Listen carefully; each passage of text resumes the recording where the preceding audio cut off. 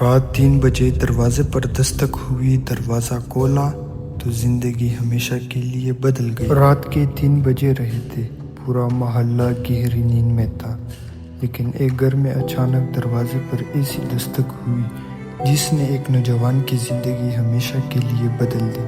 اس رات اگر وہ دروازہ نہ کھولتا تو شاید آج زندہ نہ ہوتا۔ آخر دروازے پر کون تھا اور ایک معمولی سا لفافہ اتنا خطرناک کیوں تھا؟ یہ جاننے کے لیے کہانی آخر تک ضرور دیکھیں۔ کہانی: علی ایک سافٹ ویئر انجینئر تھا۔ وہ شہر کے کنارے اپنے مرحوم والدین کے پرانے گھر میں اکیلا رہتا تھا۔ اس کے والد کئی سال پہلے ایک سڑک حادثے میں انتقال کر گئے تھے، کم از کم علی کو ہمیشہ یہی بتایا گیا تھا۔ اس رات بارش زوروں سے برس رہی تھی۔ اچانک ٹک ٹک ٹک دروازے پر کسی نے 3 بار دستک۔ علی نے موبائل دیکھا، وقت بالکل 3 AM تھا۔ وہ کھڑکی سے باہر جھانکا، گلی خالی تھا، کوئی انسان نظر نہیں آ رہا۔ اس نے دل مضبوط کیا اور دروازہ کھول دیا۔ باہر صرف ایک سیاہ رنگ کا لفافہ پڑا تھا، اس پر لکھا تھا: اگر سچ جانا چاہتے ہو تو کل شام 5 بجے پرانے ریلوے پل پر اکیلے آ جانا۔ لفافے کے اندر ایک پرانی تصویر بھی تھی۔ تصویر میں علی بچپن میں اپنے والد کے ساتھ کھڑا تھا، لیکن تصویر کے کونے میں ایک شخص کھڑا تھا جسے اس نے پہلے کبھی نہیں دیکھا تھا۔ علی پوری رات سو نہ سکا۔ اگلے دن وہ بار بار سوچتا رہا کہ جانا چاہیے یا نہیں۔ آخر کار شام 5 بجے وہ پرانے ریلوے پل پر پہنچ گئی۔ پل کے نیچے ایک بوڑھا شخص بینچ پر بیٹھا تھا۔ جیسے ہی علی قریب آیا، بوڑھا بولا: تم بالکل اپنے والد جیسے لگتے ہو۔ علی چونک گئی۔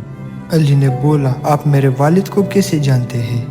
بوڑھے نے گہری سانس لی: میں ان کا دوست تھا اور آج تک اپنے وعدے کا بوجھ اٹھا رہا ہوں۔ اس نے ایک چھوٹی سی چابی علی کے ہاتھ میں رکھ دی: تمہارے گھر کے اسٹور روم میں لکڑی کا ایک پرانا صندوق ہے، یہ چابی اس کی ہے۔ علی تیزی سے گھر واپس آیا۔ اس نے برسوں سے بند اسٹور روم کھولا۔ کونے میں واقع ایک پرانی صندوق رکھا تھا۔ چابی گھماتے ہی صندوق کھل گئی۔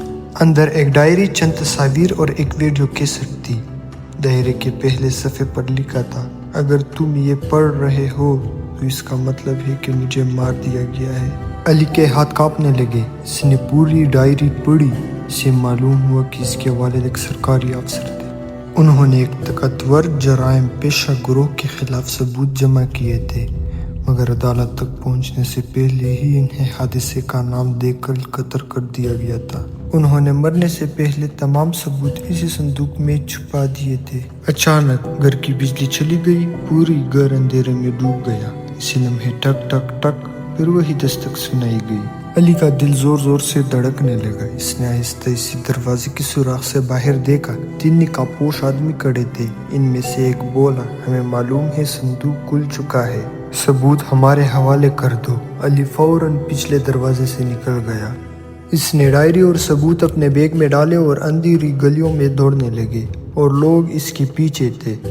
بارش، اندھیرا اور سنسان سڑک، ہر قدم پر خطرہ تھا۔ دوڑتے دوڑتے وہ سیدھا پولیس کے خصوصی تحقیقاتی دفتر پہنچ گیا۔ پہلے تو کسی نے یقین نہ کیا، مگر جب ویڈیو اور دستاویزات دیکھی گئی تو پورا کیس دوبارہ کھل گیا۔ چند ہفتوں بعد وہ تمام مجرم گرفتار ہو گئے۔ عدالت نے برسوں پرانا فیصلہ بدل دیا۔ علی کے والد کو بے گناہ اور ایماندار افسر قرار دیا گیا۔ علی اپنے والد کے قبر پر گیا۔ اس نے پھول رکھے اور آہستہ سے کہا: ابو، آپ ہارے نہیں تھے، بس سچ کو منزل تک پہنچنے میں وقت لگ گیا۔